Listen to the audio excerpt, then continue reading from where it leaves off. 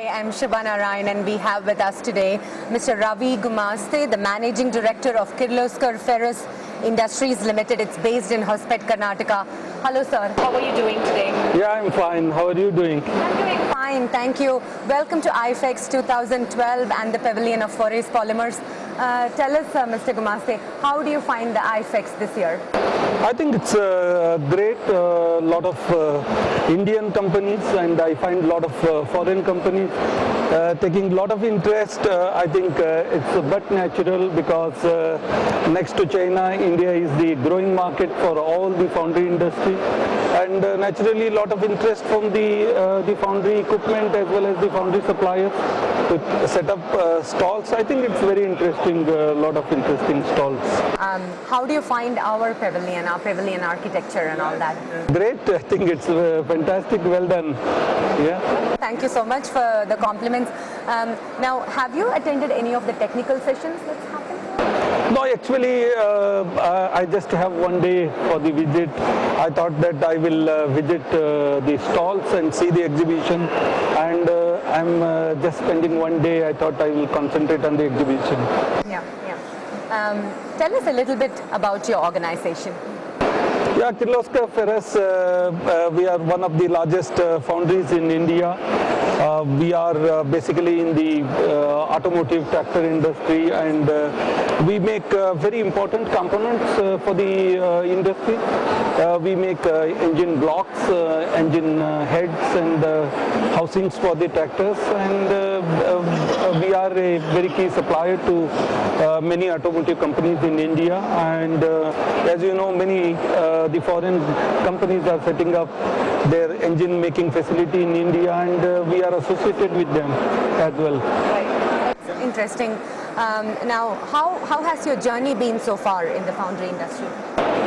The foundry industry, as you know, it's a very tough industry.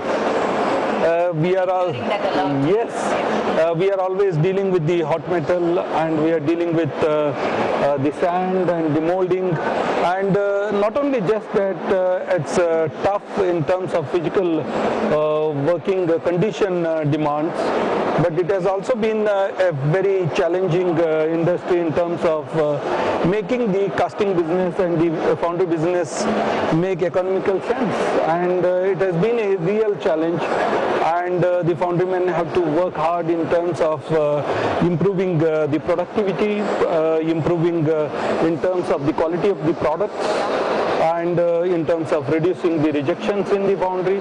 And because, yeah, and the new product development challenges are many, and as you know, India right from last 20-25 years promoted small scale industry, but we never really achieved the technological level which we should have achieved long back. So we are also working for the upgradation of technology in the foundry field, and definitely it requires a lot of investment, and these are the challenges. I think working with the challenges is the real pleasure. So, yes. You just answered my question. You knew I was going to ask you that question now. So those are some of the challenges in this industry. And how your organization, how has it come up with strategies to address or tackle all these challenges?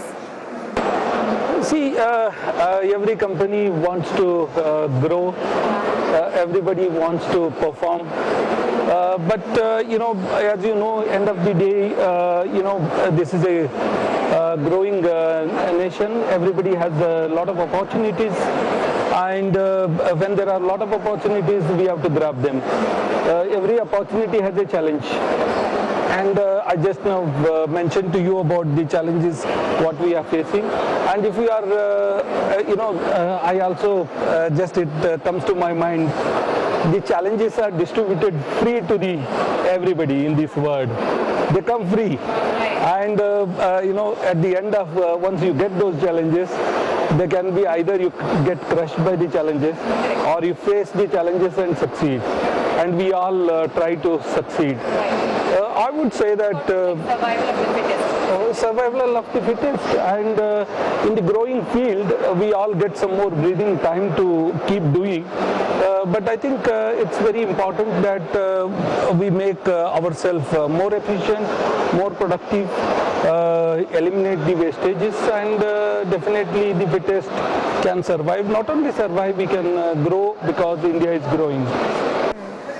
So do you see shortage of labor, shortage of power and things like that? No, I have heard about the shortage of power in Tamil Nadu, and they are going through some crisis. In Karnataka also, here and there are 1 or 2 hours of power cuts. But I think today, if I see with respect to power, the situation is far better. I believe, I hope that things will keep improving so that we get the power for the foundries. With respect to manpower, I would say that the challenge to the foundrymen is how do we attract the talent? How do you make the engineers and the workmen or the supervisors to think of coming and working in the foundry rather than thinking of going to the IT-enabled services, and also Because of the fact that there aren't enough training institutes or training institutions to train all these people? Is it because they don't know what they're getting into?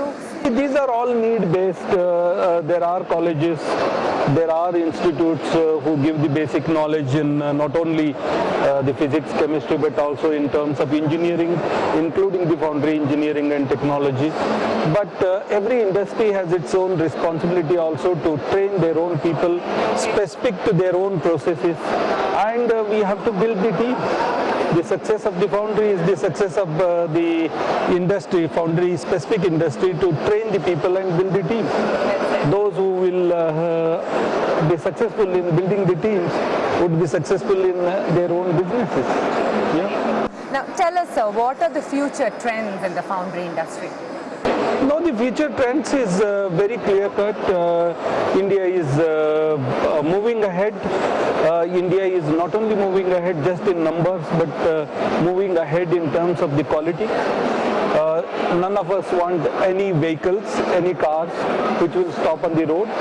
Today you don't see, 10 years back you were seeing. And if that is the case, the vehicles or the cars have to be of higher quality in terms of finish, yes, in terms of performance, in terms of fuel consumption, in terms of the finish and fit.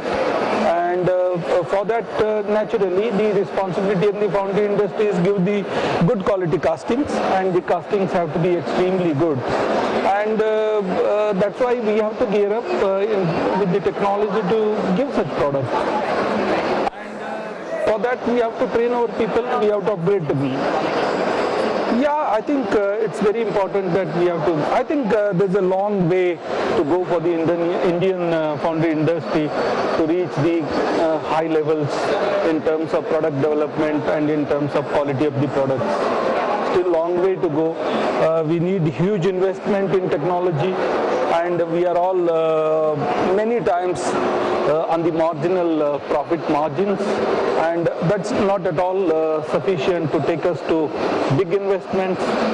I'm sure we will all work hard to make that happen. Yeah. And before we let you go, one last question. 5 years from now, what changes do you perceive in the Indian foundry industry? See, basically, the customers are looking for quicker development of the castings. Customers are looking for the better quality of the casting in terms of finish, in terms of machinability, in terms of reject rates, in terms of defects being low in the castings. I see that the Indian foundry industry has to look for mechanization. It's the cost of manpower is definitely going to go up in India as well.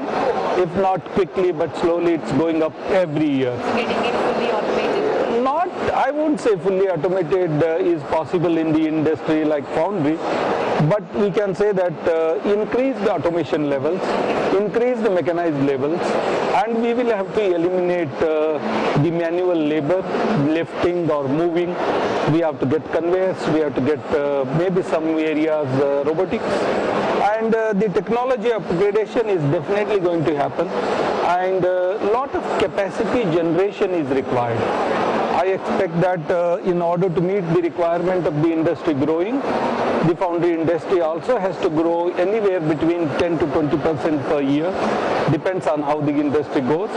If that is the case, I think a lot of capacity has to be built in the coming year. People are doing that. And that's this change you will see in the coming 5 years, both capacity enhancement, technology upgradation, these are the main areas. All right. Thank you very much. Thank you so much, Mr. Ravi Gumaste. It was a pleasure having you. Thanks for enlightening us with all that information. We wish you a great day. Thank you very much, Shiva.